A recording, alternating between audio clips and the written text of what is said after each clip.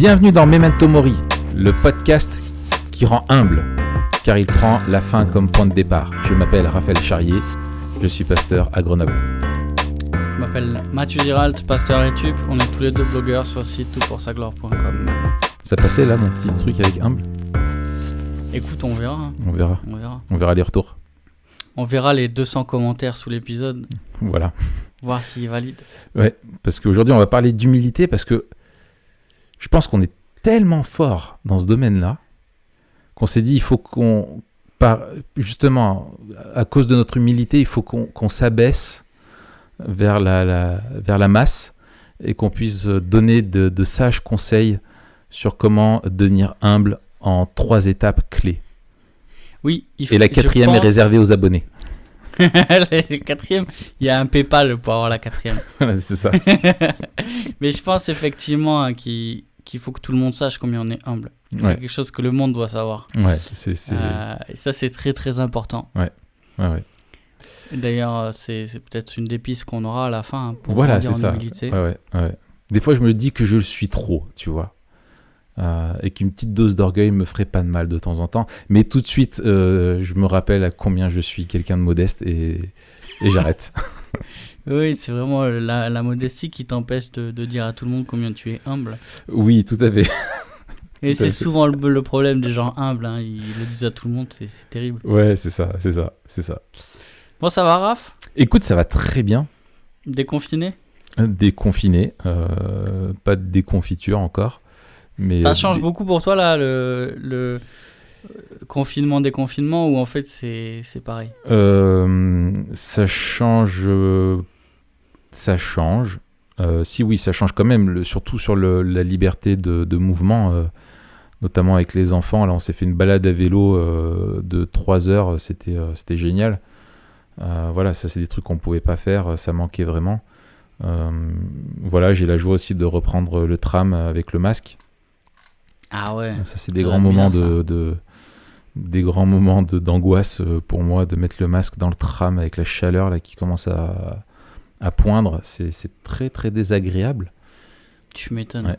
Puis de se dire qu'on est peut-être parti encore pour longtemps comme ça me saoule un peu quoi. Mais bon, on s'adapte. On s'adapte et on domine. Hein. Ouais. Comme la devise des commandos. Et toi ? Et moi, ça va. Écoute, ça n'a pas encore changé grand chose. En même temps, t'es à Etup. C'est ça. Mais, je sais pas. Tu vois, nous, on n'a pas repris non plus les groupes de maison. J'imagine que vous non plus. Oui, non. À date donc, au niveau de la vie d'église, en fait, ça change pas grand-chose. Ouais. On fait encore les choses avec beaucoup de prudence. Donc, écoute, on va voir. Ouais, puis tu vois, par contre, c'est triste parce que je suis à mon bureau, à l'église, et de venir dans les locaux de l'église qui sont tout le temps vides, il y a un côté hyper démoralisant. Franchement, il me tarde de retrouver une vie communautaire normale. Grave. Ouais, moi aussi. Ouais. Alors, l'humilité, Raph. L'humilité, si on en parlait. Ouais. On va en parler aujourd'hui grâce à en utilisant comme support, parce que c'est un sujet vraiment large. Nous, on le maîtrise facilement, on pourrait en parler en toute simplicité, des heures. Je pourrais vous raconter plein d'événements dans ma vie où j'ai montré mon humilité envers les autres. Mais non, on va plus sérieusement, on va utiliser un petit peu comme support, comme on aime le faire régulièrement, un tout petit livre. Alors, tout petit, qui en fait est je pense, si avoir bien compris et lu entre les lignes, une transcription d'un sermon de Tim Keller, peut-être augmenté, un livre qui s'appelle « La liberté dans l'oubli de soi ». Donc, tout petit livre, là je regarde, je l'ai entre les mains, il fait quoi ? Il fait 40 pages. 44 pages. Ouais, c'est un gros article en fait. D'accord, ouais.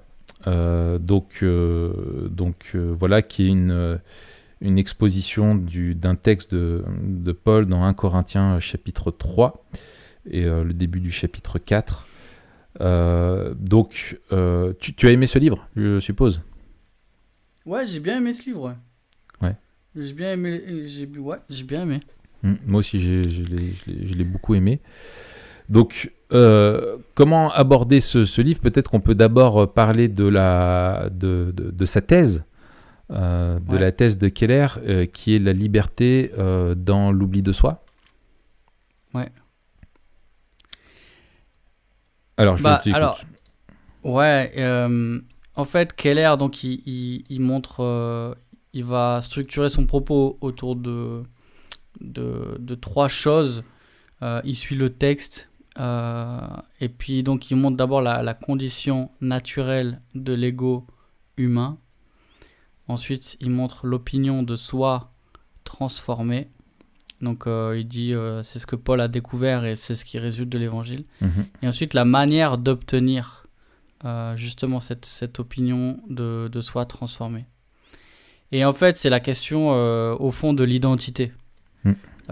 Il dit aujourd'hui, c'est quoi le paradigme? C'est qu'on se sent mal parce qu'on manque d'estime. On manque d'estime de nous-mêmes, ou alors on a une trop faible opinion.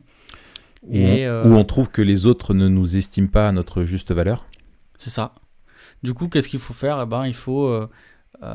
Il faut s'encourager soi-même et encourager les autres, ne surtout pas se juger et se soutenir moralement, quoi. Et dit, c'est un changement de paradigme assez fort, puisqu'avant le XXe siècle, il dit une trop haute opinion de soi-même est la cause fondamentale du mal dans le monde. Donc, ça montrait la gravité dans la pensée de l'époque de l'orgueil, en fait. Et donc, quand on parle d'humilité, on va parler d'orgueil. Peut-être, mais ça, on développera un peu tout à l'heure.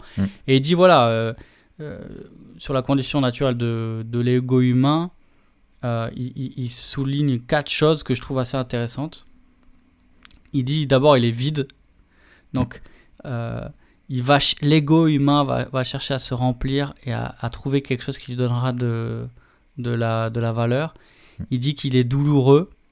Et là, je trouve c'est assez intéressant, et je trouve que c'était assez intéressant dans nos rapports humains, et peut-être en particulier dans nos rapports dans l'Église. Je ne sais pas ce que tu en penses, à la page 16, il dit en fait que l'ego humain attire l'attention sur lui-même. Il dit, les gens disent parfois qu'ils sont blessés dans leurs sentiments. Mais ce n'est pas dans nos sentiments que nous sommes blessés. C'est notre ego qui est blessé. Ouais. Tout à fait. Et je trouve que ça rejoint un autre thème. Alors peut-être un jour on l'abordera. J'y pense maintenant, la question du sentimentalisme. Le sentimentalisme est intéressant à plusieurs égards. Et notamment le fait que le sentimentaliste va nourrir des sentiments de ses propres sentiments. Et c'est un peu ça qu'il dit ici, c'est que il dit c'est pas nous qui sommes blessés en tant que tels, c'est notre ego qui est blessé. Et donc on a des sentiments par rapport à nous-mêmes. Enfin, c'est le comble d'être centré sur soi, quoi. C'est-à-dire que tu nourris des sentiments sur toi-même, ce qui est quand même fou. Oui, et puis que c'est quelque chose qui est jamais satisfait. Quelque chose que l'ego n'est jamais heureux. Il cherchera toujours à attirer plus les regards sur lui, et surtout avoir des regards qui nous renvoient une image de nous-mêmes qui est celle que nous voulons entendre, pas celle qui est forcément qui correspond à la réalité. Et c'est d'ailleurs pour ça qu'on se fait un profil sur mesure sur les réseaux sociaux, parce qu'on essaie de ressembler à un peu la meilleure version de nous-mêmes, la version idéalisée. C'est ça, tu te fais un avatar en fait. Exactement.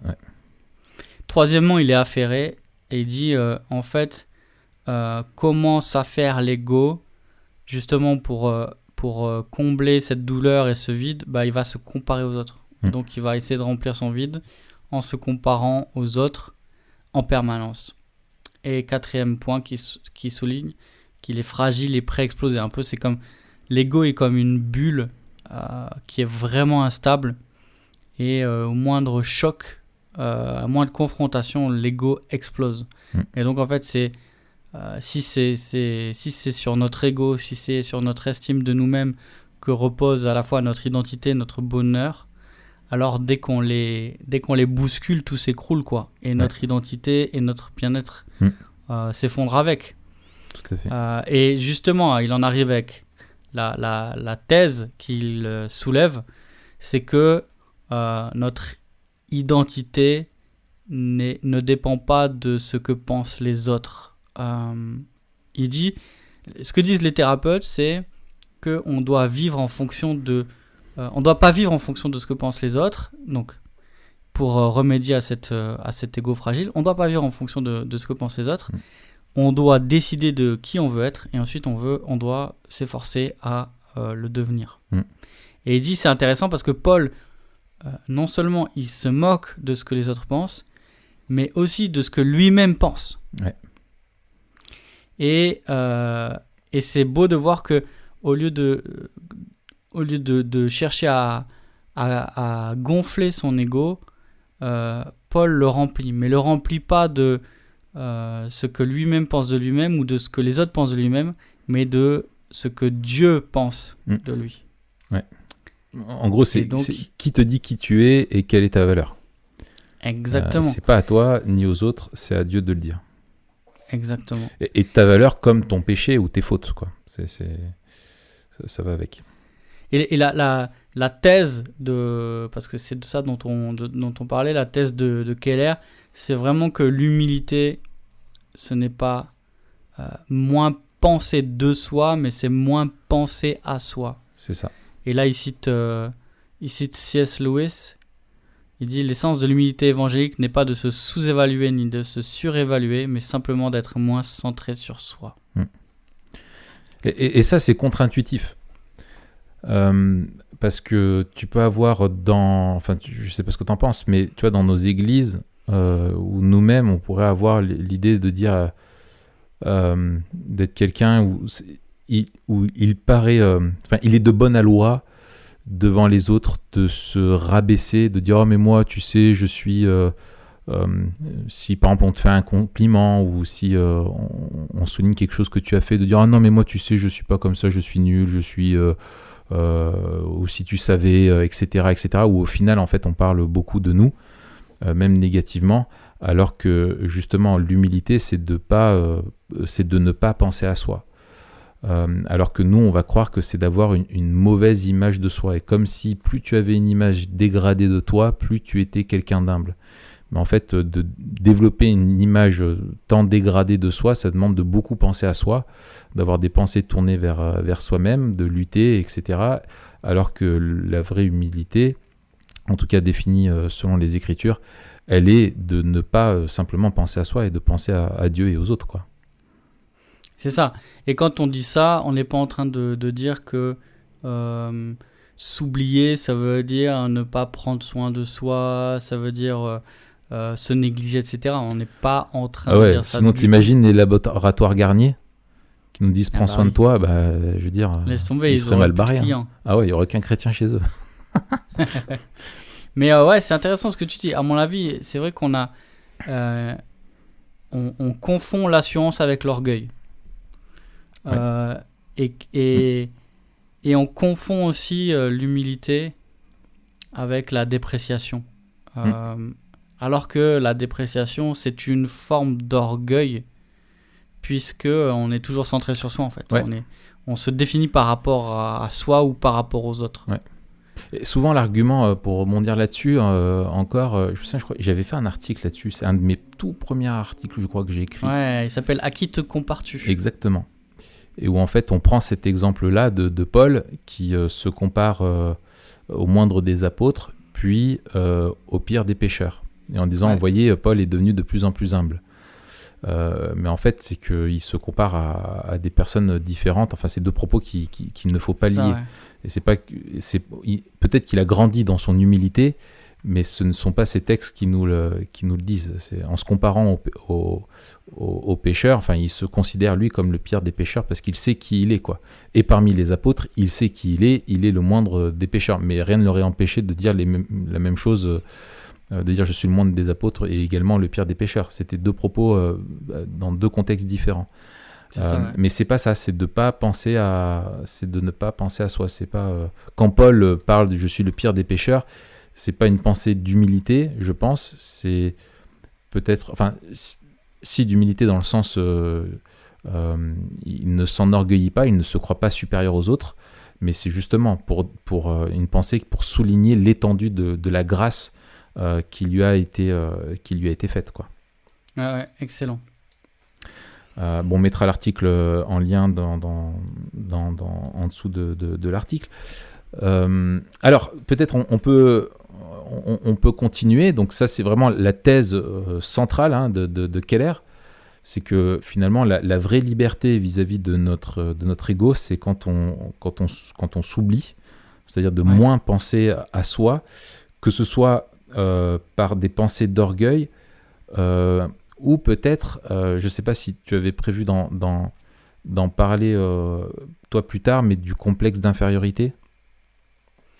Non, intéressant, on peut l'aborder maintenant. On parlera un peu plus tard de l'orgueil, mais on peut parler maintenant du complexe d'infériorité. Tu as des personnes qui justement vont avoir tu vas avoir des personnes qui vont dire ils sont orgueilleux, et moi ça m'est souvent arrivé, alors moi-même, dans des périodes où dans certains domaines, de développer un peu un complexe d'infériorité où tu te crois toujours le plus nul et t'as honte, tu n'oses rien faire vis-à-vis du regard des autres, etc. Mais en y réfléchissant bien, tu me diras ce que tu en penses, mais il me semble qu'en fait, le complexe d'infériorité, le manque de confiance en soi, est un vrai problème d'orgueil. Et c'est un orgueil qui est déguisé. C'est-à-dire que tu considères les autres au-dessus de toi, tous au-dessus de toi tu es en dessous, et tu ne fais que les regarder eux, et tu dis, moi je voudrais être comme eux. Je suis en dessous, et moi en fait je voudrais gonfler, quoi. Et en gros, cette question-là, c'est comment gonfler, développer mon ego pour rattraper les autres et ne plus être comme ça. Et donc tu n'es pas dans une vraie humilité, dans le fait où tu ne penses pas à toi, c'est au contraire, c'est que tu ne fais que de penser à toi et à te plaindre de ne pas être celui que tu voudrais être. Et en fait, c'est ça qui me fait dire que un complexe d'infériorité, c'est vraiment en fait de l'orgueil couvert d'un espèce de faux vernis d'humilité. Ouais, tout à fait. Dès qu'on s'éloigne de ce que Dieu dit de nous, ou qu'on s'éloigne de la manière dont Dieu nous définit, on va se définir par rapport à nos propres standards. Et dès lors, moi je suis d'accord avec toi. En fait, que ce soit un complexe de supériorité ou d'infériorité, les deux sont la marque de l'orgueil de celui qui est centré sur lui-même. Puis tu développes de la jalousie, tu voudrais être comme les autres, ou de l'amertume, de la rancœur, etc. Enfin, ouais. Est-ce qu'il y a des idées, toi, en particulier, que tu retiens du livre, des sujets précis? Écoute, ce que j'ai trouvé excellent et qui rejoint la question de en fait le sujet connexe un petit peu, qui est la crainte de l'homme. On avait évoqué ce bon livre là de Edward Welch, quand la crainte des hommes remplace la crainte de Dieu, où au final l'opinion que vont avoir de nous les autres est quelque chose qui va diriger notre vie. Alors moi, ce avec quoi je bataillais un petit peu, et le bouquin m'a aidé, je dois le reconnaître, c'était l'idée que, en fait, de dire non, mais ce que pensent les autres de moi, je m'en fiche, ça peut être un petit peu une caution pour dire les autres n'ont pas à me juger, je fais un prétexte pour faire un petit peu ce que je veux, ou comme si les autres, ça ne comptait pas, les retours qui pourraient me le faire, dans le sens tu rendais compte qu'à Dieu mais pas aux autres. C'est très égoïste, tu vois, et en disant voilà, finalement je ne considère pas la vie des autres comme étant utile. Et ce que j'ai bien aimé, c'est qu'il cite notamment Madonna. Alors c'est intéressant, c'est vrai. de la façon dont et ça fait de la peine en fait. Tu t'es pris d'empathie. C'est la première fois de ma vie, je pense, où j'ai eu une vraie empathie pour Madonna, je dois le reconnaître, où il parle de ce besoin qu'elle exprime, elle, de faire toujours plus parce qu'elle se sent jugée par les autres.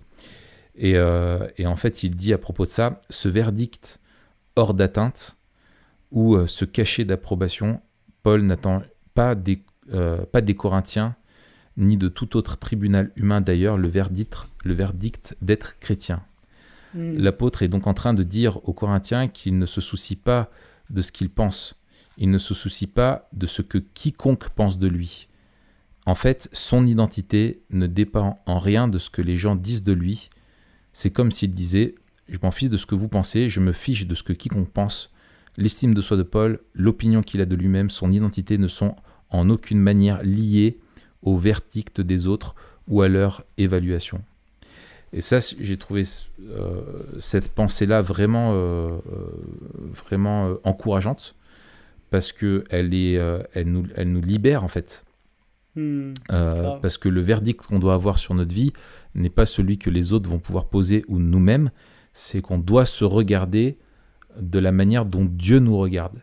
Et ça peut aller à l'opposé de nos sentiments, de nos sensations, de notre ressenti du moment. Et je prends un exemple tout bête pour illustrer. Tu peux te sentir vraiment coupable d'un péché que tu as commis, malgré le fait que tu as demandé pardon, et du coup croire que tu demeures coupable, alors que tu as été objectivement lavé et purifié de ton péché à la croix, et tu t'en es repenti, et Dieu a pris plaisir à ça. Et donc le chemin qu'on doit parcourir, c'est de se voir par la foi, d'avoir un regard sur soi qui n'est pas guidé par ce que les autres pensent de nous, mais un regard en fait qui est le regard de la foi. Non, c'est excellent. Et je vais dans ton sens. Il me semble aussi une des applications que je trouve de ce livre qui serait très intéressant à creuser, ce serait par rapport aux réseaux sociaux. Et au-delà de la question de l'image, parce que souvent on met la question de l'image en avant, en disant oui, alors on est une société de l'image, les réseaux sociaux fonctionnent avec l'image, une image qu'on se façonne, etc. Alors c'est vrai, mais au-delà de ça, je pense à quelque chose de plus profond en fait, et qui est aussi structurel, c'est que toute l'économie de l'attention, elle se nourrit de l'ego en fait. Puisque l'économie de l'attention, qui est le modèle économique des réseaux sociaux, fonctionne sur l'engagement. Et pour avoir de l'engagement, il faut engager les gens. Donc en fait, il faut les rendre quelque part. Il faut que le spectateur soit à la fois aussi acteur d'une relation qui s'entretient des deux côtés. Et c'est ça qui a donné naissance au concept des boucles de rétroaction sociale. Où en fait, quelque part va s'installer un système où si tu me likes, je vais te liker, si tu me suis, je vais te suivre. Je te follow. C'est ça. Et on va tout faire pour provoquer le plus d'engagement possible. D'ailleurs, donc, finalement, on rentre... Tu dis quoi ? Non, vas-y, finis. Et je dis, on rentre finalement dans une structure, en fait, dans des usages qui sont conçus, qui sont pensés, où en fait, le nœud de l'économie tient sur l'ego, en fait. Puisque on va chercher l'approbation, ça va être le moyen d'exister, et en fait, c'est le moyen sur lequel le système repose, en fait. Pour utiliser ces réseaux, il faut poster, il faut liker, etc. Et le plus souvent, il faut poster et des choses qui vont nous rapporter du like. Et c'est là où c'est intéressant de voir aussi tous les discours qui fleurissent depuis, on va dire, les 2 ans, où il y a une vague, je dirais, qui est souvent présentée comme une vague d'authenticité. Ça ressemble presque à des confessions, où on voit des jeunes femmes le plus souvent, mais pas que, confesser qu'elles subissent le poids en fait de ce regard de cette injonction, notamment alors sur leur apparence, mais au fait juste de produire et de se mettre en avant et de suivre et d'écouter aussi ce que leur communauté leur dit. Et en fait, ce qu'on entend la plupart du temps, c'est que ces personnes s'enferment en fait dans un fonctionnement où elles veulent plaire et elles veulent continuer à exister. Et pour continuer à existé, il faut continuer à être suivi. Pour continuer à être suivi, il faut poster du contenu qui est aimé. Et donc, il faut aussi dépendre de ce que disent les autres. Et si on fait juste Parce que après, la communauté peut se retourner contre nous. Et c'est là où je trouve que l'évangile nous libère, comme tu disais. Et je cite un petit truc que dit dans la dernière partie que dit Keller, donc dans la manière d'obtenir une opinion soit transformée. Il parle de l'évangile, il dit: ce que nous cherchons tous, c'est le verdict ultime, c'est que nous sommes importants, précieux. En fait, on se trouve quotidiennement devant un tribunal. L'identité fonctionne comme un procès. Certains jours, nous avons l'impression d'avoir gagné le procès, d'autres fois, nous avons l'impression de l'avoir perdu. Et pour sortir du tribunal, il faut être justifié. Et c'est là où il parle de l'évangile. C'est l'évangile qui nous donne le verdict avant la performance. Ouais. Et c'est ça qui nous libère. Et je trouve que c'est peut-être la pensée la plus forte du livre, que l'évangile nous libère de la performance et que notre identité ne dépend que de Dieu. Et purée, ça nous fait du bien, quoi. Ouais. Et quand tu comprends que tu peux...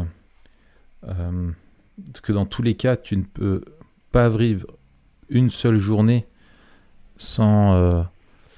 même la plus belle des journées, enfin tu vois, même si tu étais à ton, tu vois, dans cette logique de performance, tu vois, quand est-ce que ta performance est suffisante pour avoir une approbation définitive des autres, de toi-même?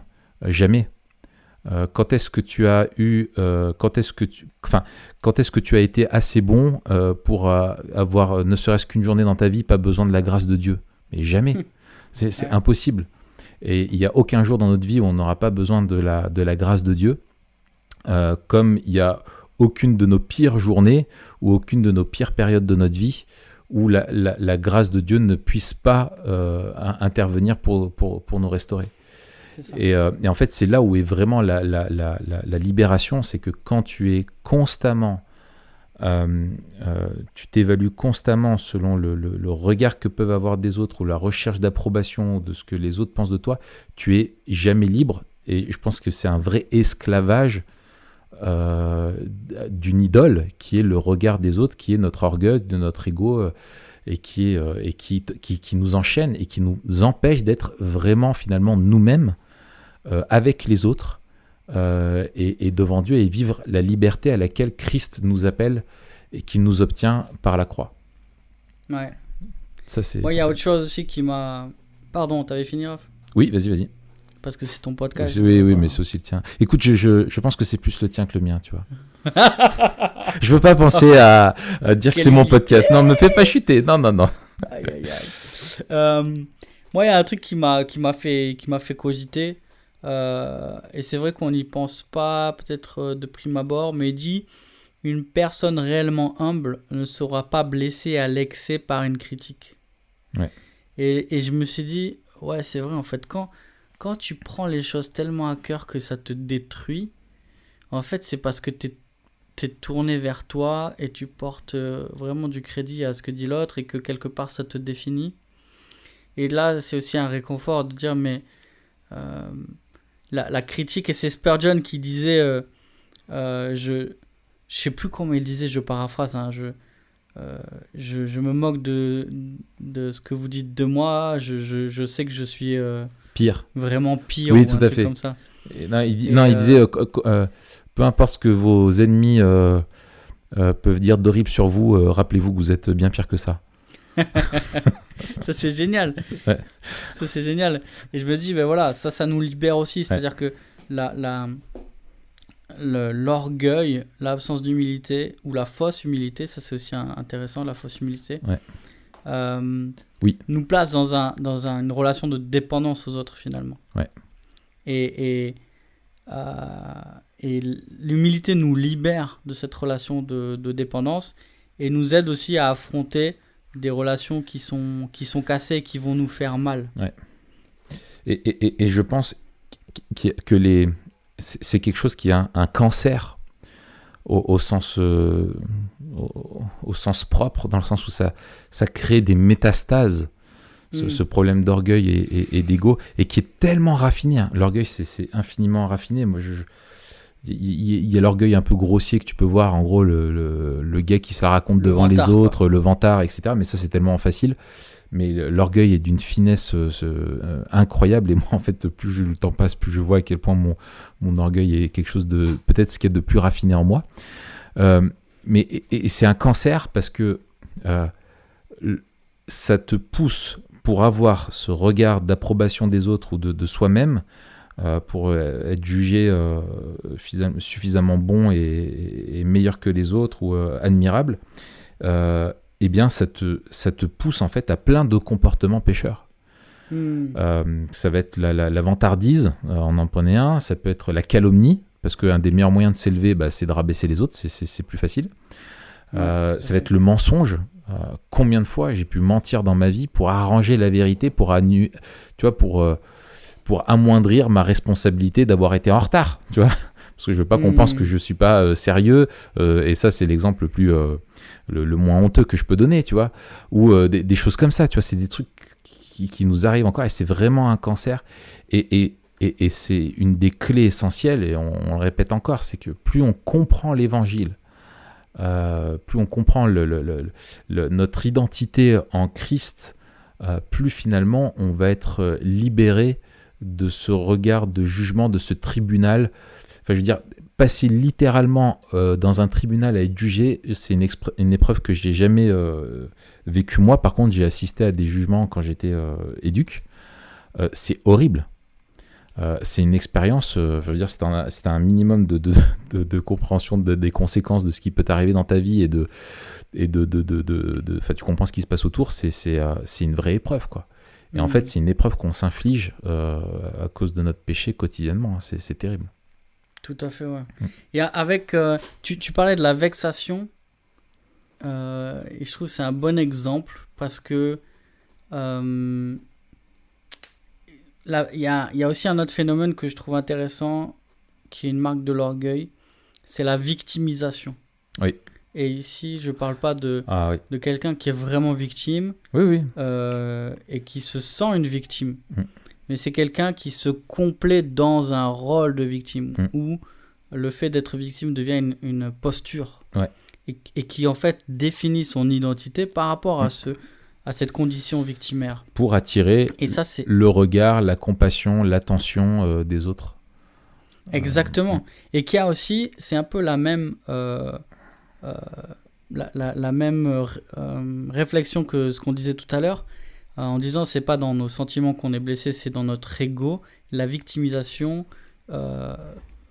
fonctionne pareil, c'est-à-dire qu'elle s'auto-nourrit de ce qu'on pense de nous-mêmes. Oui. Et elle redéfinit aussi le regard que les autres nous portent et qu'on porte aux autres, en fait. C'est ça. Et ça nous rend aussi dépendants. Ouais. Et c'est là encore une forme de cancer, et tu en as, il faut être objectif, il y en a certains dans toutes les églises qui ont ce genre de comportement-là.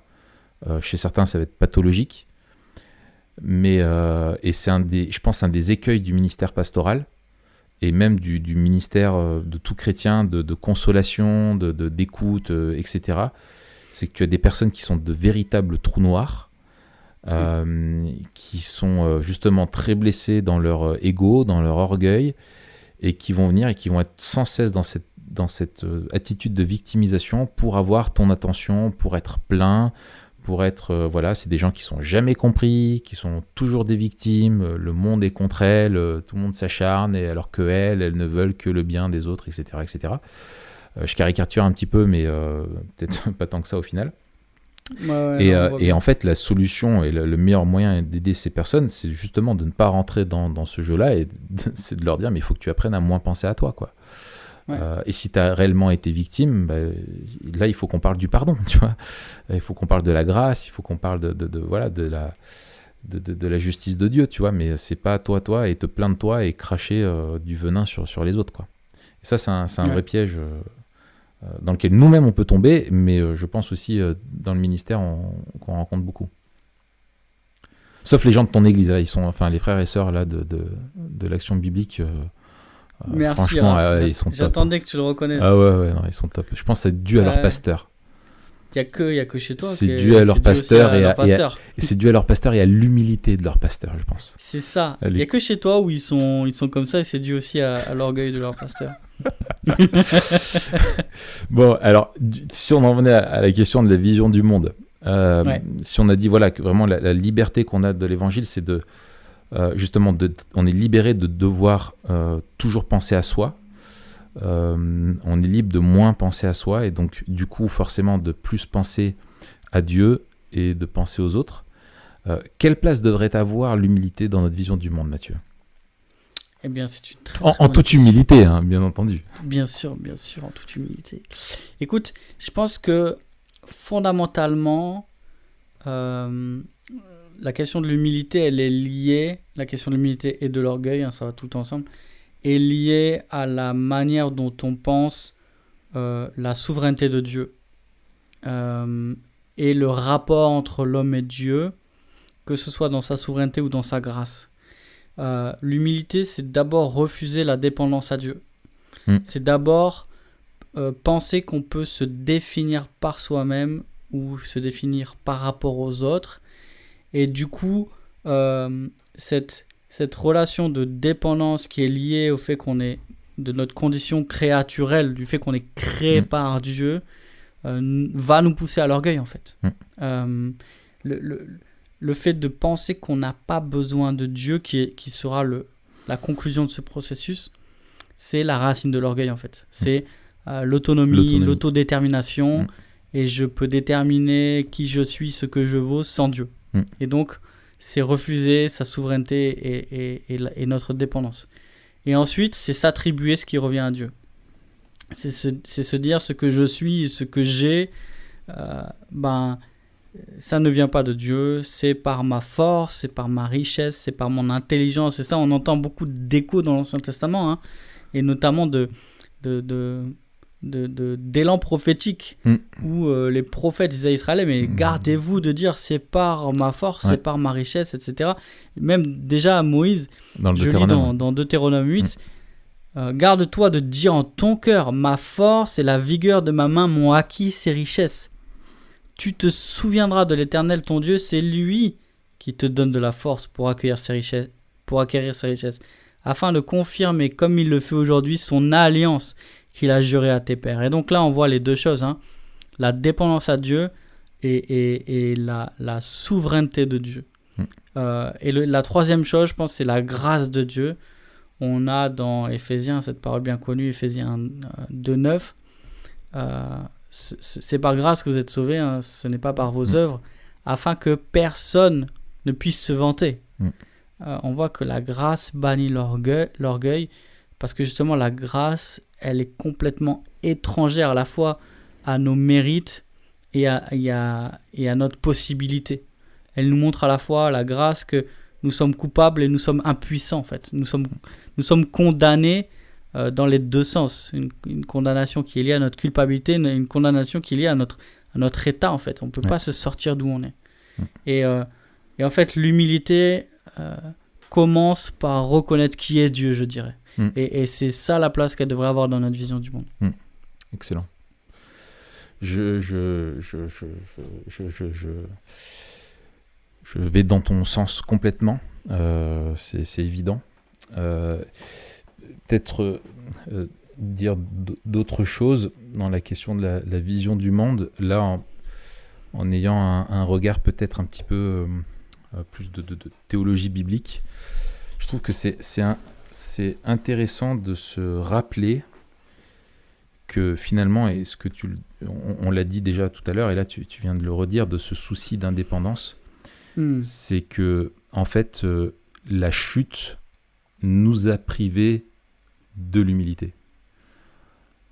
C'est-à-dire en oubliant que nous sommes créés par Dieu et que en revendiquant notre autonomie, finalement ce qu'on a perdu la conséquence de la perte de notre relation avec Dieu a été aussi la perte de notre humilité originelle qu'on avait. et qui derrière, justement, c'est après cette fabrique à idoles qu'on a, et toutes ces choses-là qu'on retrouve, et dans cette quête permanente, perpétuelle et sans fin de remplacer Dieu en nous, et de nous mettre Dieu. Et je me souviens, c'est Mark Jones, là, dans son livre Connaître Christ, qui rappelle ça, c'est que il dit on pense souvent au fait que la croix est la manifestation de l'amour, où Dieu réconcilie l'amour et la justice. C'est-à-dire que Dieu est juste tout en justifiant le pécheur, Romains 3, et que Dieu nous montre l'étendue de son amour en ce que le Fils est venu porter la condamnation à notre place, toute la substitution pénale. Mais je me souviens que Mark Jones, alors j'ai plus du tout la citation sous les yeux, mais il rappelle aussi que la croix est aussi la démonstration de l'humilité de Dieu, et que si Christ n'avait été pas infiniment humble avec l'humilité de Dieu, parce que Dieu est humble, c'est un des attributs moraux de Dieu, eh bien, Christ a trouvé la liberté de venir, pour reprendre le titre de Keller, il a eu la liberté de pouvoir venir parce qu'il a oublié, il s'est complètement oublié, quoi. Il s'est complètement oublié, il a pensé à lui en dernier, il a d'abord pensé à la gloire de Dieu et au salut de son peuple, et c'est ce qui lui a permis de venir à la croix. Lui qui existe de toute éternité en tant que Dieu, n'avait pas une trop haute opinion de lui-même alors qu'il est Dieu, pour pouvoir prendre la condition d'un homme, de venir sur terre, d'être humilié, qu'on lui crache dessus et qu'il meure à la croix. Et je pense que dans notre vision du monde, de regarder à l'humilité de Dieu qui a permis notre rédemption, peut nous permettre de recouvrir, c'est ça qui peut nous permettre de recouvrir l'humilité qu'on a perdu et qu'on a besoin. C'est-à-dire que pour être humble, on n'a pas simplement besoin du modèle de vie de Jésus.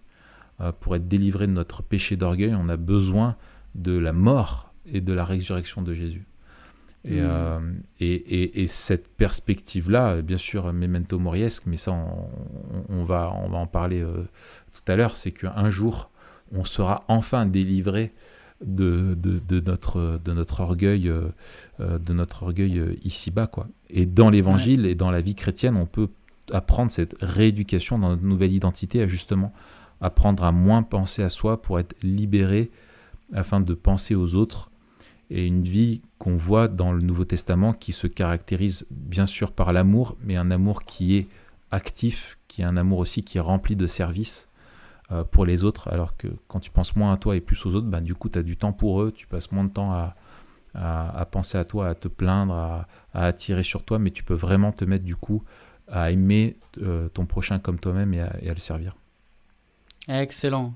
Et ça me fait penser à un truc, c'était le titre d'un article que j'avais envie d'écrire, je ne l'ai pas encore écrit, qui s'appelle, et je crois que je t'en ai parlé, il faut arrêter de parler de la grâce comme d'un cadeau, ouais. qui est un peu provocateur et qui n'est pas totalement juste. En fait, c'est un peu clickbait, dans le sens où la grâce est quand même un cadeau. Le problème, c'est qu'on le définit seulement comme un cadeau. Comme ça. Ouais, c'est plus que ça. Et du coup, on vide un peu la grâce à mon avis, deux caractéristiques que tu as soulignées, que je me permets juste de remettre dans l'axe de la grâce. C'est la question d'un engagement de Dieu qui lui coûte. Et la question de l'engagement, c'est-à-dire que la grâce, c'est pas juste quelque chose que Dieu nous donne, c'est quelque chose que Dieu fait. La grâce, c'est pas juste quelque chose qui est extérieur à nous et qui est extérieur à Dieu, c'est quelque chose que Dieu lui-même fait en nous. Et donc c'est Dieu qui agit en nous, c'est ça la grâce. C'est Dieu qui agit dans le monde, même si on parle de la grâce commune, c'est Dieu qui agit dans le monde. C'est pas juste quelque chose que Dieu donne au monde, c'est quelque chose que Dieu fait dans le monde. Dans le monde en général, quand il restreint les effets du péché dans la création, mais aussi en particulier quand il met une bride à notre propre péché, et qui permet au don aussi de l'esprit de s'exprimer. C'est ça la grâce de Dieu. Et si on parle de grâce spéciale, c'est lui qui intervient pour nous faire naître de nouveau. Et ensuite, c'est quelque chose qui coûte. On a l'impression, un cadeau, on pense jamais au coût, alors qu'ici on a vraiment la question de la dette. C'est lui qui a payé la dette. S'il efface notre dette, c'est parce que c'est lui-même qui l'a payé. Et on sait très bien quand on nous invite au cinéma, on est invité, c'était gratuit, mais on sait que c'était gratuit parce que le Quelqu'un pote a avec payé qui pour on toi. est nous l'a payé. Ouais. Et en fait, c'est ça la grâce. La grâce, c'est pas juste un cadeau qui tombe du ciel. Ouais. C'est Dieu qui paye au prix de son Fils et qui agit en nous dans sa grâce. Ouais. Et donc, je trouve que c'est si intéressant dans la question de l'humilité. Pourquoi ? Parce que quand on parle d'agir avec grâce et de refléter la grâce de Dieu, c'est une grâce qui s'investit, c'est une grâce qui s'investit et c'est une grâce qui coûte. Ouais. Et donc, on a cette magnifique image dans Philippiens 2, on en parlera tout à l'heure. Je te propose qu'on en parle tout à l'heure, quand on parle de justement me fait penser des choses à faire. À un texte clé, c'est dans Tite, chapitre 2, à partir du verset 11. La grâce de Dieu, source de salut pour tous les hommes, a été manifestée. Elle nous enseigne à renoncer à l'impiété, au désir de ce monde, à vivre dans le siècle présent d'une manière sensée, juste et pieuse, en attendant la bienheureuse espérance et la manifestation de la gloire de notre grand Dieu et Sauveur Jésus-Christ. Et c'est ça, la grâce de Dieu qui agit en nous, qui nous transforme, qui est la puissance de Dieu, que Dieu agit en nous à cause de sa grâce pour nous transformer. Ça, c'est magnifique. Tout à fait. Et Dietrich Bonhoeffer avait écrit quelque chose dans Vivre en disciple. Il y a une fameuse citation, j'en avais fait un article sur la grâce à bon marché. Ah oui, la grâce à bon marché, tout à fait. On pourra peut-être le mettre en lien aussi. Alors, on peut avancer. On a déjà dit pas mal de choses, mais peut-être on peut aborder ça. C'est le contraire de l'humilité. Quelle forme cela prend-il ? Et on en a déjà parlé, mais peut-être aussi beaucoup souligner comment lutter contre cet ego qui gonfle, le fait de chercher notre valeur et notre estime dans l'approbation des autres ou de nous-mêmes. Comment lutter concrètement contre cette tentation-là ? Ouais. Écoute, on va la deuxième partie de la question, là, comment lutter contre l'orgueil, on va l'aborder avec comment grandir en humilité. Ça va être en fait, on peut pas faire l'un sans l'autre.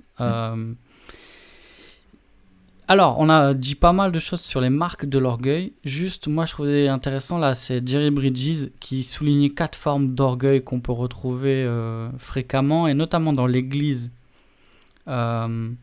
qui sont liées à peut-être des dimensions plus particulières de notre rapport à Dieu ou à l'Église. C'est toujours à Dieu et aux autres. Le premier, c'est la propre justice. Et bien sûr, alors quand on pense à la propre justice, on pense aux pharisiens. On pense à ce pharisien qui priait Dieu, merci de... Que je suis une créature merveilleuse. Presque. Que je ne suis pas comme ce publicain là. Ouais. Et on a vraiment une leçon d'humilité dans cette parabole. Mais voilà, ce sentiment de supériorité morale qu'on a par rapport aux autres, ce sentiment de mépris qui naît, cette attitude qu'on a, il me semble que c'est quelque chose qui nous guette particulièrement, même quand Dieu nous en a délivrés. Et c'est ça qui est vraiment le paradoxe terrible de notre cœur qui reste pécheur, c'est que on est convaincu qu'on est sauvé par grâce, on est convaincu que ce n'est pas à cause de nos mérites, on est convaincu qu'on est les derniers qui auraient pu être sauvés, et pourtant on va quand même développer un sentiment de supériorité morale, que ce soit par rapport à ceux qui ne connaissent pas encore Dieu, et là c'est terrible, comme par rapport à ceux qui connaissent Dieu dans l'église, ça c'est aussi terrible. Deuxième marque, c'est l'orgueil théologique. Je dois dire que je lutte aussi souvent avec l'orgueil théologique. Je dois souvent faire attention à la manière dont mon cœur tortueux réagit à certaines choses que je lis ou que j'entends. Ouais. Et malheureusement, alors... Je me dis pareil quand je t'écoute. Pardon, c'était facile. Ah, c'était bon, c'était très bon, c'était très bon. Oui. C'était très très bon. Mais franchement, c'est tellement Non, facile. mais carrément, mais moi c'est pareil, moi, tu me connais, on est pareil. C'est tellement facile et je dois dire que de mépriser. les fois où j'ai pleuré sur mon péché, le plus fort, c'était par rapport peut-être à l'idolâtrie, je pense, et à l'orgueil théologique. De dire, mais j'ai tellement rien compris à la grâce. Enfin, c'est fou quand même de se vanter d'avoir mieux compris la grâce qu'un autre. Enfin, tu vois, il y a une contradiction interne qui est quand même un truc de dingue. C'est ça, ouais. Ça. Là, tu arrives à te dire, mais ça fait un nœud au cerveau. J'ai pas compris encore. Je suis loin, purée, je suis loin. Ouais. Et moi, je sais aussi que ce qui m'encourage, c'est que les professeurs qui m'ont le plus marqué à l'Institut biblique, c'était vraiment les personnes les plus humbles. Et je vais pas dire leur nom, mais en fait, t'es marqué par l'humilité, et les personnes que tu rencontres et qui ont cette vraie humilité, on parle pas de la fausse humilité qui pue, mais cette vraie humilité, oh là là, c'est les gens qui ont compris la grâce, quoi. Ouais. Il y en a 2-3 qui continuent, dès que je pense à eux, ils continuent à me faire du bien par leur exemple. Troisième marque, l'orgueil lié au succès des choses accomplies. Et je pense que dans notre société où on est beaucoup dans le faire, y compris dans notre manière de comprendre le ministère au sens large, de tous les chrétiens, et peut-être au sens particulier de ministère des anciens. Je sais pas pour toi, mais c'est vrai que souvent en fait on a vite fait de placer notre valeur dans la manière dont l'Église va, que ce soit en bien ou en mal. C'est-à-dire qu'on a vite fait d'être découragé aussi par rapport à la manière dont l'Église va, parce qu'on place en fait notre valeur dans ce qu'on fait, quoi. Et aussi en creux, ça veut dire qu'on s'attribue, même si on ne le dira pas aux gens, le mérite des progrès ou de la croissance ou de la bonne santé de l'Église, quoi. On dit elle va bien, c'est un peu grâce à moi, quoi. Tout à fait. Ouais, c'est les deux points là. On refuse la dépendance et on s'attribue ce qui vient de Dieu. C'est ça. Et c'est un vrai. Et là, ça demande une vraie piété, une vraie redevabilité, parce que c'est une tentation permanente. Tout à fait, ouais, tout à fait. Et aussi de regarder aux autres églises et justement regarder. Oui, voilà, c'est ça. Ouais. Chez eux, ça marche bien. Faire le dénombrement, quoi. Faire le dénombrement de l'église, quoi. Et puis, quatrièmement, je trouve que c'était assez intéressant, l'orgueil de l'esprit indépendant. Et il disait, cette volonté d'indépendance, c'est une des marques d'orgueil, de quelqu'un qui a du mal à se soumettre, quelqu'un qui a du mal à se laisser instruire. Et c'est là aussi la dimension, le rôle de la communauté, la nécessité de la communauté pour vivre l'humilité. Et c'est intéressant parce que l'humilité, nous on la pense vraiment que en termes de personnel, en fait. L'humilité, c'est ce que tu penses de toi, etc. Alors que le Nouveau Testament définit l'humilité par rapport à ce que tu fais aux autres. Ouais.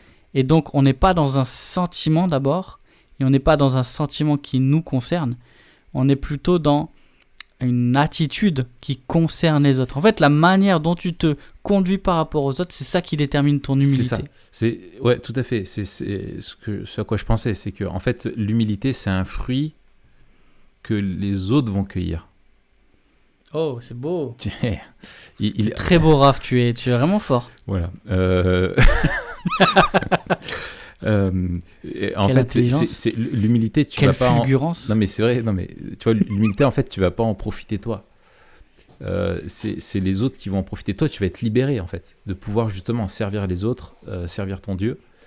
Mais quand on est dans cet état de grâce où ça nous arrive, parcours moment, de vraiment l'expérimenter, ça nous permet vraiment de nous mettre au service des autres. Et je me souviens plus si c'est C.S. Lewis ou Keller qui dit qu'en gros les personnes humbles qu'on a remarquées n'étaient pas des personnes justement qui étaient remarquables, mais c'est des personnes qu'on va vite oublier ou qui n'ont rien pour marquer parce que justement elles attirent tellement pas le regard sur elles-mêmes, mais ça va être des personnes, comme tu le disais, qui par contre ont été en bénédiction pour toi.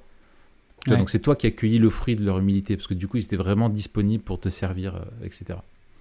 Ouais, c'est ça. Et dans ce sens-là, il y a aussi une remarque que j'avais lue, je sais plus où maintenant, mais quelqu'un qui faisait la remarque, souvent on entend, euh, ah, mais quand...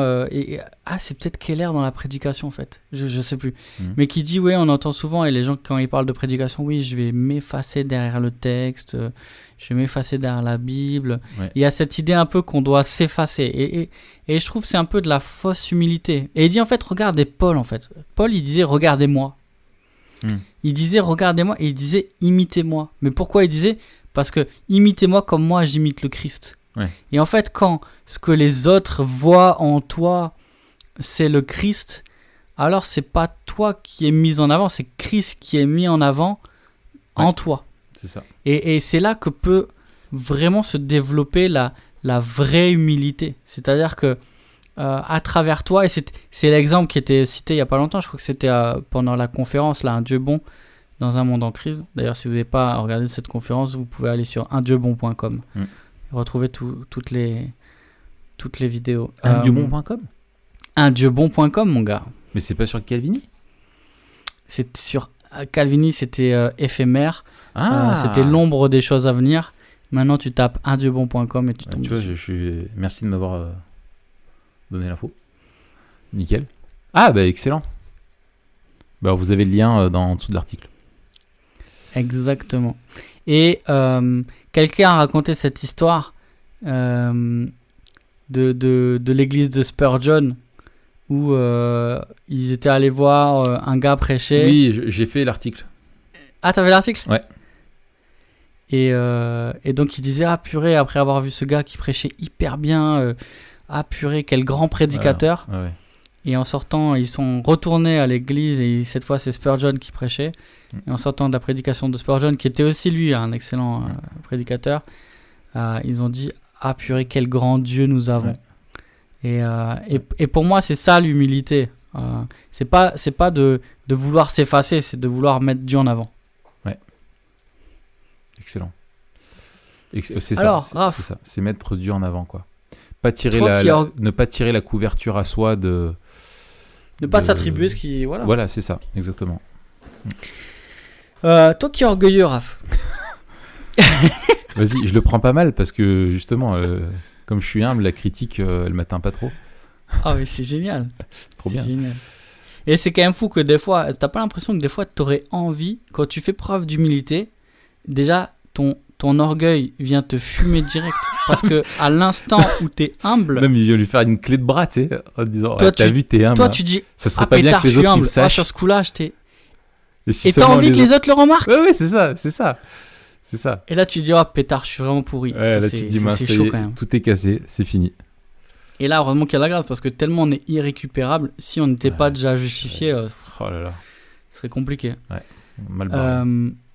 Donc ouais, toi qui es orgueilleux, comment tu... comment tu fais pour grandir dans ton humilité ? Comment tu fais pour combattre l'orgueil ?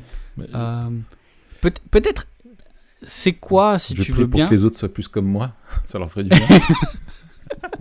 Si tu veux bien partager peut-être un domaine en particulier et la manière dont, de manière intentionnelle, tu luttes contre l'orgueil et pour l'humilité. Oui, alors un domaine en particulier, si seulement il y en avait un. Si seulement il y en avait un ou si seulement il y en avait qu'un. Si y en avait un qui était en particulier, parce qu'ils le sont tous, c'est dans ce sens-là. Non, mais je dirais c'est peut-être la recherche. Alors, par exemple, tu vois, il peut y avoir la recherche, savoir si j'ai réussi. Par exemple, est-ce que voilà, le truc que tu as présidé, tu l'as bien présidé, est-ce que le message que tu as fait, il est bien?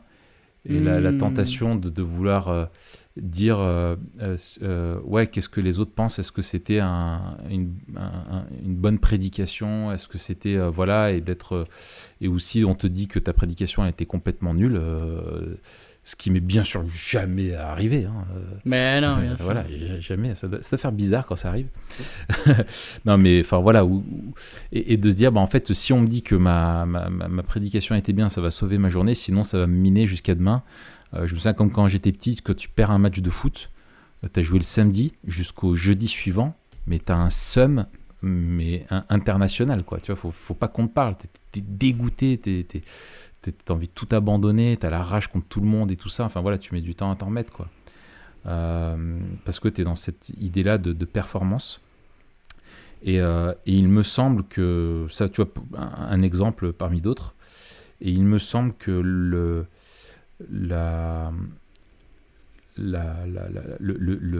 pour moi, un des meilleurs moyens que j'ai pour lutter contre ça, je ne le trouve que en fait dans l'Évangile et dans le fait de dire, du coup, il faut moins se parler à soi, mais plutôt parler à Dieu. Je me souviens, c'est aussi Jerry Bridges, je crois qu'il parle de ça, où il disait quand on compare le temps, enfin, dans une journée, le temps qu'on met à se parler à nous-mêmes, de nos pensées, de nos émotions, et le temps qu'on accorde à Dieu pour parler à Dieu. Et en fait, les pensées la personne à qui on parle le plus, on a de l'influence sur elle, quoi. Et donc en fait, enfin, la personne qui nous parle le plus a de l'influence sur nous. Et en fait, il faut laisser la place à Dieu. Et je pense que de revenir à Dieu, et alors moi j'ai ça, j'utilise un carnet de prières depuis des années, où j'écris dedans et où aussi je me pose des questions qui sont, où je me rappelle des vérités essentielles qui peuvent m'aider justement à me décentrer de moi-même. Ça, c'est une première chose. Alors, juste, est-ce que tu veux parce que souvent quand on parle d'outils comme ça, on a du mal à voir comment on pourrait l'utiliser. Comment toi tu utilises un carnet de prière? Est-ce que tu écris tes prières? Est-ce que tu notes seulement les sujets de la journée? Est-ce que tu fais par semaine? Est-ce que ça change? Comment tu... Alors, ouais, ça a beaucoup changé, mais en gros, je commence toujours en disant « Cher journal ». Alors, c'est moi cette blague, je la fais à chaque fois que je parle de ça. Non. En gros, l'idée, c'est d'écrire quelque chose, peu importe, dans mon culte personnel. Alors, ça peut être recopier un verset qui m'a particulièrement touché pour participer à le mémoriser. Ça peut être écrire une prière, soit un sujet d'intercession, soit un sujet de reconnaissance. Ça peut être, comme je le disais, une citation d'un livre que j'ai vraiment trouvé, qui m'a vraiment impacté et que je veux surtout pas oublier. Mais pas dans un but d'article ou tu vois, de travail académique quelconque, mais vraiment pour moi, parce que je sais que c'est une vérité qui m'a fait beaucoup de bien et que je veux pas oublier. Voilà, donc c'est écrire un petit quelque chose. J'ai pas un protocole précis. Il faut que voilà, c'est vraiment de faire ça. Et après, j'ai des périodes où c'est vraiment écrire tous les jours. Et là, depuis quelques temps, j'ai opté pour autre chose. C'est plutôt de la thématique. C'est-à-dire que il y a une thématique du moment qui revient et j'ai décidé d'écrire dessus. Là, c'est sur la maîtrise de soi. Et je reviens et j'écris que sur la maîtrise de soi. Alors du coup, je vais pas écrire forcément tous les jours, mais je vais écrire régulièrement. Et c'est de me dire, là, j'ai vraiment quelques pages vraiment de pensée profonde sur les implications de la maîtrise de moi. Et puis, ça peut être aussi des questions.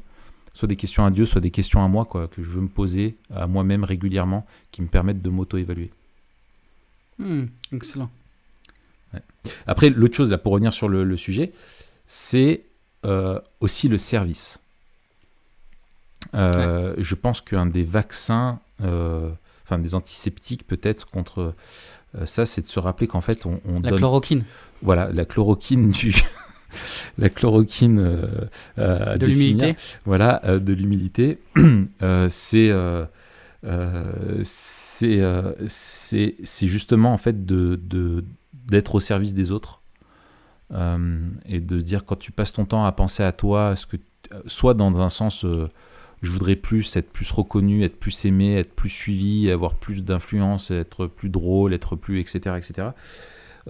Soit être dégoûté parce qu'on se trouve pas assez ceci, pas assez cela. C'est de mettre toute cette énergie-là, de la rediriger vers les autres. Et en fait, ça fait du bien. Et ça fait vraiment du bien. Et c'est une bénédiction de pouvoir servir les autres. Et c'est une des clés aussi de l'hédonisme chrétien. C'est de chercher vraiment son plaisir en Dieu. Ah tiens, on n'a pas fait d'épisode là-dessus. Ouais, il faut qu'on en fasse un. Je me suis dit exactement la même chose, mon gars. Je le note dans le fichier Discretos. Et toi, Mathieu, de ton côté? Ouais, écoute... Comment tu luttes? Donne-nous un exemple, là. Vas-y, confession intime. Confession intime. Ouais, moi je lutte... Alors, tu vois, je vais parler ces derniers temps parce que je lutte avec plein de trucs à plein de moments différents. Mais j'avoue que... Oui, ça c'est intéressant ce que tu dis. Décidément, t'étais hyper bon.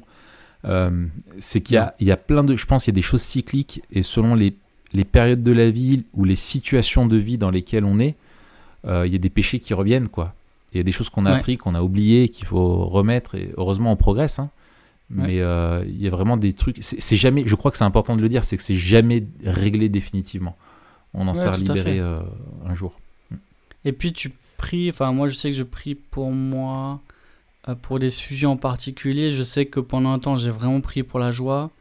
Et gloire à Dieu, il me l'a accordé. Et c'est ce que je dis souvent aux gens, c'est que je dis, mais si vous priez, par exemple, je sais que dans notre groupe de maison, on le fait régulièrement, pas souvent, mais régulièrement, on prend le fruit de l'esprit, de Galates 5.22, et puis on regarde dans quel domaine Dieu a agi dans notre vie ces derniers temps, ou peut-être l'année passée, les 6 derniers mois, et puis sur quel domaine on voudrait qu'il agisse de manière particulière. Et j'ai dit, mais tu vois, on peut... Franchement, faut pas se priver de prier le fruit de l'esprit, tu vois, que Dieu nous fasse grandir en amour, etc. Pourquoi ? Parce qu'en fait, il va nous le donner. C'est ce que Dieu veut voir en nous, en fait. C'est ce que Dieu produit en nous par son esprit. Donc, tu lui demandes ce qu'il veut te donner, quoi. C'est gagnant, quoi. Je veux dire, et moi, je sais que j'ai prié pour la joie et gloire à Dieu, il me l'a donné, franchement. Et j'ai vu un avant-après, tu vois, dans mon tempérament, tu vois, vraiment. Et en ce moment, je prie aussi beaucoup pour l'humilité, mais pas que, et pour la maîtrise de moi aussi. Et je sais qu'il y a des trucs pervers dans le sens où, enfin pervers dans mon cœur, pas dans le fait de prier, mais dans mon cœur, parce que parfois certains exaucements et la manière dont Dieu m'exauce dans mon caractère va nourrir mon orgueil. Par exemple, tu vois, ces derniers temps, franchement, je réagis avec plus de maîtrise et plus de sagesse qu'il y a quelque temps. J'aurais pu le faire. Et je m'en rends compte, tu vois. Peut-être je me rends compte parce que j'ai des occasions de le voir. Mais non, ça, de manière... pas remarqué. Non, je rigole. C'est tellement facile, tu sais. Ça, de manière paradoxale, ça nourrit mon orgueil. Eh oui. Tu vois. Et je me dis, mais... En fait, il se raffine. Ouais, il se raffine. De plus en plus, tu vois. Moi, c'est comme ça que je le comprends chez moi, tu vois. Moi, il devient de plus en plus dégueulasse, en fait. Il est toujours aussi dégueulasse, mais il s'embourgeoise, tu vois. Il devient de plus en plus, il s'habille bien, il se passe bien, socialement, il est nickel et tout, tu vois. Il se raffine, quoi. Il plein de manières. Ouais. Et tu vois, j'avoue que, par exemple, le sentiment de supériorité morale, le sentiment de la propre justice... Ou de sagesse. Ou de sagesse. Ça, c'est terrible. Tu te dis, moi, je suis vraiment... comment il peut faire ça, cette espèce de guignol Non, mais c'est ça. Tu vois, c'est ça. Mais c'est ça qu'il y a dans mon cœur. Et je me dis, mais c'est terrible. Ouais. Comment je peux constater à la fois que je grandis en maîtrise de moi et même dans ma réaction, tu vois, en sagesse quelque part. Et en même temps, que je manque tellement de sagesse. Au contraire, parce que justement, je vois que mon cœur nourrit le mépris par rapport à un autre, tu vois. Ouais. Donc ça, voilà, ces derniers temps, c'est pas un exemple en particulier dans mon cœur, de la bataille qu'il y a dans mon cœur. Et alors, t'as entendu Léon? Pas content. Il y a deux choses qui m'aident.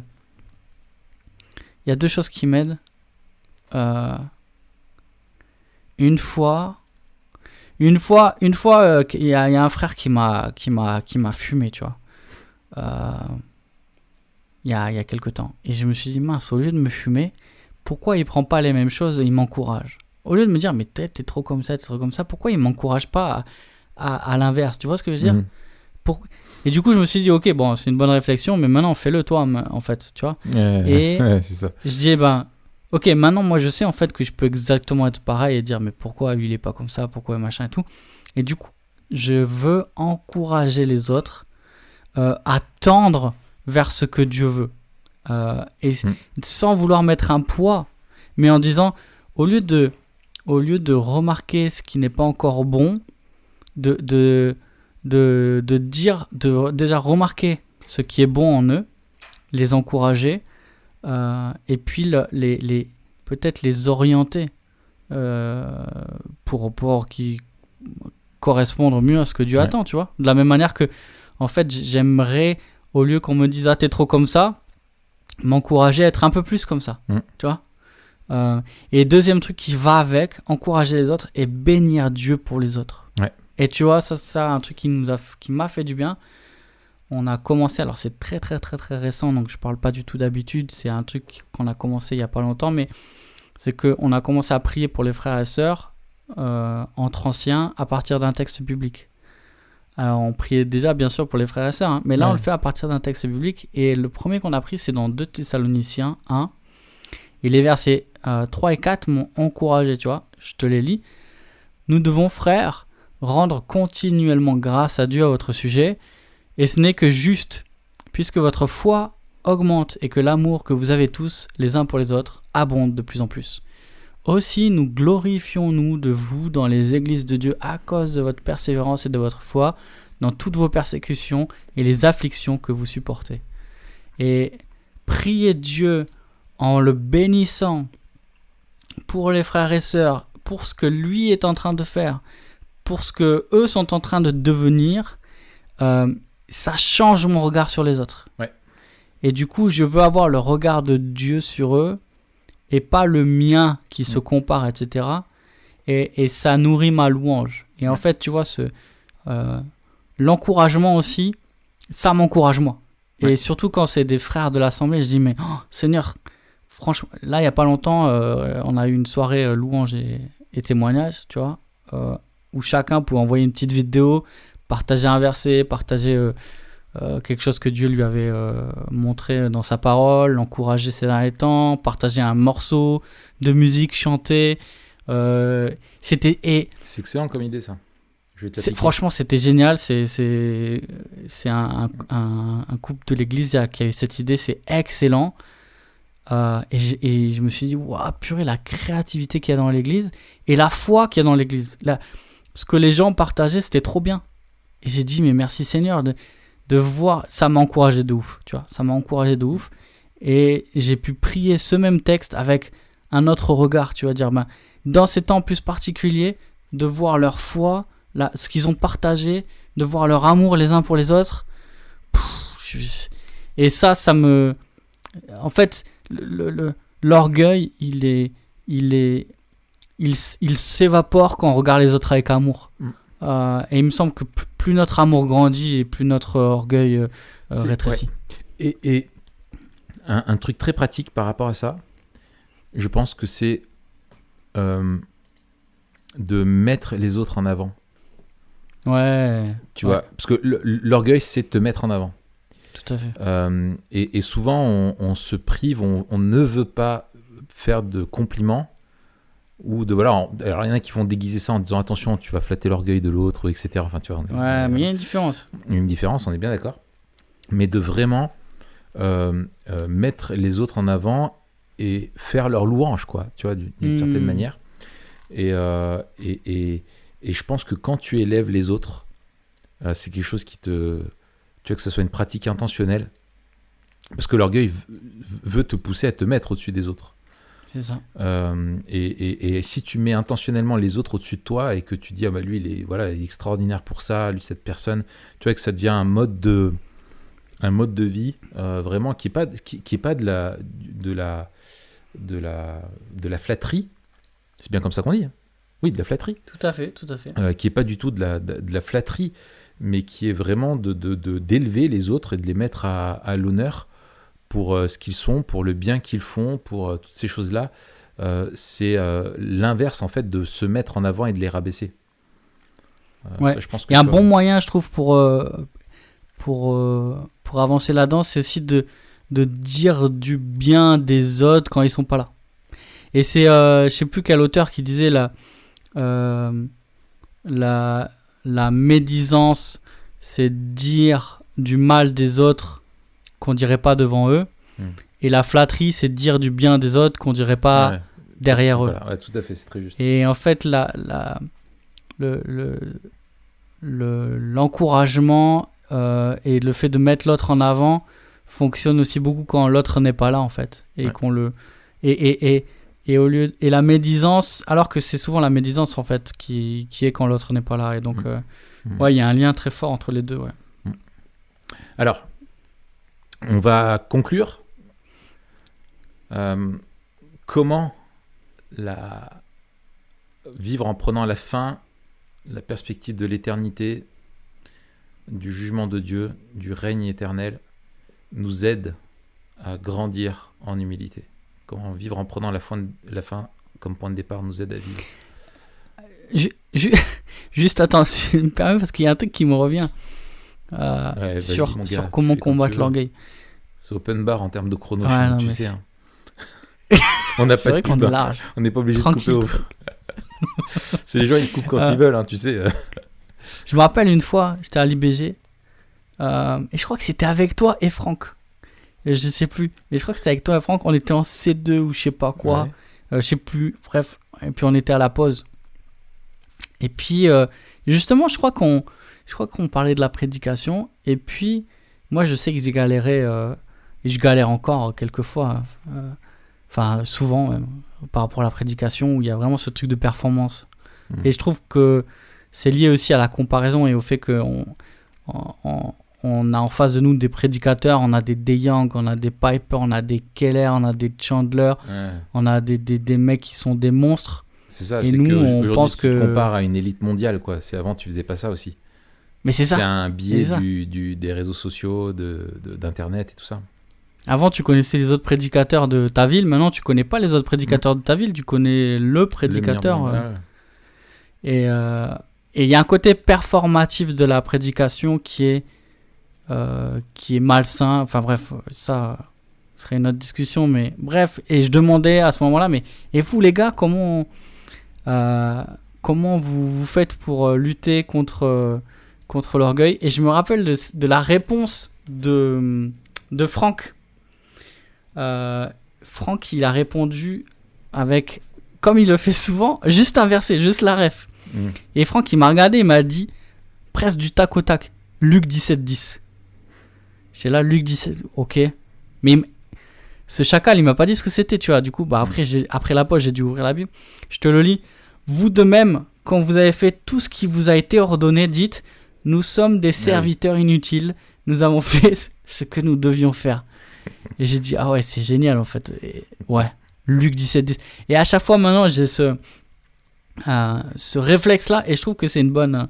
Moi, je pense à Sentenza. Dans Le Bon, la Brute et la Truand. Je finis toujours le job pour lequel on me paie. Tu fais le job pour lequel on te paie, quoi. C'est tout. Enfin, tu vois ce que je veux dire. Mais tu fais le truc à quoi t'es appelé et point barre. C'est ça. Et je trouve que c'est un bon truc aussi au rang des petites astuces qui m'aident d'avoir des petits repères où te dis, voilà, quand ça arrive, bam, je me rappelle ça. Il y a un verset, ça va être mon verset clé. Ouais. Et je sais que dès qu'il y a l'orgueil qui va poindre dans ce domaine-là, bam, de la même manière que dès qu'il y a le doute qui va poindre, bam, dès qu'il y a l'amertume qui va poindre, bam, dès qu'il y a la colère qui va poindre. Et c'est pour ça que retenir des versets, ça nous aide à non seulement méditer, mais aussi à réagir de manière biblique, parce qu'on veut se rappeler, on veut rappeler à notre esprit la vérité de Dieu et réorienter notre cœur directement, pas nourrir les choses. Ouais. Donc ça, c'était la petite anecdote. Alors, comment vivre Memento Mori nous aide à grandir en humilité. Moi, je dirais la première chose qui me vient, c'est la promesse eschatologique du renversement. On voit ça dès l'Ancien Testament. On voit que Dieu déteste l'orgueil et qu'une des caractéristiques du méchant, celui qui dit avec arrogance « Dieu n'existe pas, Dieu ne punit pas », Dieu déteste l'orgueilleux. Parce que l'orgueilleux, c'est celui qui ne reconnaît pas sa dépendance à Dieu et sa redevabilité. Et en même temps, il y a cette promesse qu'il va disperser les orgueilleux, les renverser et élever les humbles. Et on a cette citation là que fait Marie dans le Magnificat au début de Luc sur cette promesse-là eschatologique du renversement. Et on a aussi cette même chose avec Philippiens 2, avec l'humiliation, l'ascension, la glorification. On est sur le chemin de l'humiliation, on est à la suite de Christ, nous portons notre croix, mais on est sur le chemin de la glorification. Mais il faut que ça suive cet ordre-là. On est d'abord humilié avant d'être élevé, et c'est Dieu qui nous élèvera. Et celui qui veut s'élever avant que Dieu l'élève, en fait, va vouloir retrouver trouver la reconnaissance et le réconfort dans cette vie-là, alors que Dieu nous la promet, mais pas encore. Et qu'il nous promet, un réconfort, il nous promet une reconnaissance dans cette vie-là, mais qui n'est pas celle de la gloire, qui est celle de sa grâce. Et voilà, de penser à ça, je me dis, mais toutes ces velléités de reconnaissance, toutes ces velléités de compter dans le monde, de faire des choses, de laisser notre empreinte, et c'est ça dont on parlait la dernière fois, prêcher l'évangile, mourir, être oublié. Mais Dieu ne nous oublie pas. Et en fait, la seule voix qui compte, le seul regard qui compte, c'est celui qui n'oublie jamais. Et celui qui va nous élever au temps opportun. Et ça, vraiment, ça m'encourage. Ça m'encourage. Ce que tu dis est excellent et tu as vraiment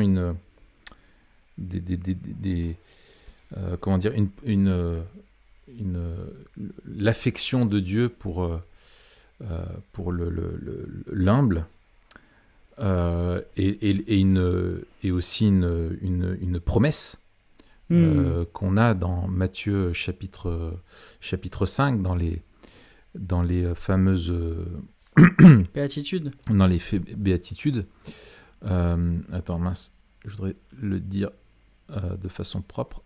Donc Matthieu, voilà, je vous laisse le temps de prendre votre Bible et de l'ouvrir à la page. Tu sais, le trick du prédicateur qui cherche son truc. Donc, Matthieu 5, où il dit heureux. Attends. Il dit pas heureux les humbles? C'est quoi ce délire? C'est peut-être une question de traduction. Bon, ça doit être une question peut-être de traduction, mais je voudrais pas. On va pas perdre de temps là-dessus parce que je vais pas perdre de temps là-dessus. Mais en gros, Dieu a une affection pour les humbles. Oui, je pense que c'est dans la Semeur où ils rendent ceux qui sont humbles. Ils traduisent. C'est quoi? Ouais. Les pauvres en esprit. Ouais, donc il y a cette. Ah non, c'est pas ça, pardon. Excuse-moi. C'est ceux qui sont doux. D'accord. Verset 5. D'accord. Et donc, je veux dire, Dieu les aime. Le fait de ce rétablissement et cette glorification de cette humilité perdue à la chute, qui sera pour nous enfin la délivrance, ou pour reprendre l'image du fait qu'on rentre tous les jours dans un tribunal pour avoir l'approbation des autres et de nous-mêmes, et ben un jour ce tribunal il n'existera plus dans notre esprit. On n'aura plus la tentation d'y rentrer, on n'aura plus à lutter, on sera enfin délivré de nous-mêmes. On vivra la vraie liberté vis-à-vis de ça, et ça c'est énorme. Tu disais que Dieu déteste l'orgueilleux, et on vit dans un monde qui déteste l'humilité. Ouais. C'est vraiment pas quelque chose qui est encouragé, on encourage plutôt la notoriété, et je pense qu'on en parlera un petit coup la semaine prochaine, ça vaut le coup. C'est la notoriété qui est mise en avant, et ce rejet-là, ce renversement, comme tu disais, eh bien Dieu va le détruire, quoi, et il va juger. Et ça c'est quelque chose, moi, qui m'encourage, parce que l'orgueil est une racine de beaucoup de péchés. C'est ce qui fait qu'on ne se demande pas pardon, qu'on est incapable de faire grâce, qu'on cherche la vengeance, qu'on cherche à écraser les autres, qu'on cherche à s'élever, etc. Ça pousse à énormément de comportements qui sont infiniment laids, et ça nécessite une humiliation, de reconnaître que en fait la seule cause de notre comportement c'est le péché qui est en nous, et que nous sommes seuls responsables devant Dieu de notre attitude, et soit on s'humilie aujourd'hui, soit c'est Dieu qui nous humiliera, et Dieu, et finalement regarder à la croix c'est aussi un regard qui nous pousse à voir nous-mêmes en nous-mêmes vraiment notre péché. Mais ce qui est génial, c'est que Dieu ne nous demande pas juste une introspection, mais qu'on peut déposer nos péchés à la croix et en être délivré de la culpabilité. Et donc c'est cette perspective-là, moi, qui m'encourage, c'est qu'un jour ça sera fini, un jour il n'y aura plus de soucis avec ça. Excellent. Eh bien écoute, on va conclure sur ces quelques pensées. On se retrouve la semaine prochaine. Yes. Pour parler du pendant de ça, c'est peut-être en deux, et on aura, comme on a dit pas mal de choses, on vous renverra la semaine prochaine sur cet épisode-là, si vous ne l'avez pas écouté. Enfin non, je parle à ceux de la semaine prochaine, ceux qui sont là, c'est ceux de cette semaine, donc en fait, c'est pas logique. Mais bref, on vous dit au revoir, mais on va parler de justement de la notoriété, qui est quelque chose qui est très prégnant aussi dans notre société, la quête de notoriété, et qui a un vrai danger aussi pour chacun de nous. Et l'angle qu'on prendra, c'est Notorious B.I.G. Exactement, la grosse notoriété, bien sûr, pour ceux qui n'avaient pas la référence. Eh bien, on vous souhaite une bonne semaine, et à très bientôt. Salut Raph. Salut Matt.